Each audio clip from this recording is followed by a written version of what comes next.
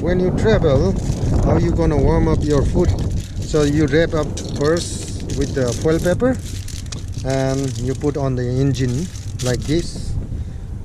Then after half an hour, 1 hour, your food will be warm like a microwave. It takes time. I have a question.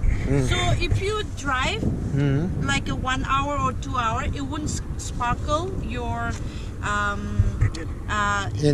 your foil tin? This doesn't affect to the engine because this is already a kind of a foil. Okay, got it. Okay, that's what the people will think. Okay, great. So you've been doing that, right? Yeah.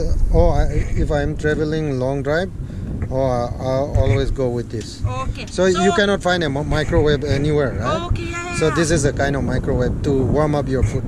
Yeah. Hi, Pierre. So everyone, so use it. So he's been doing that.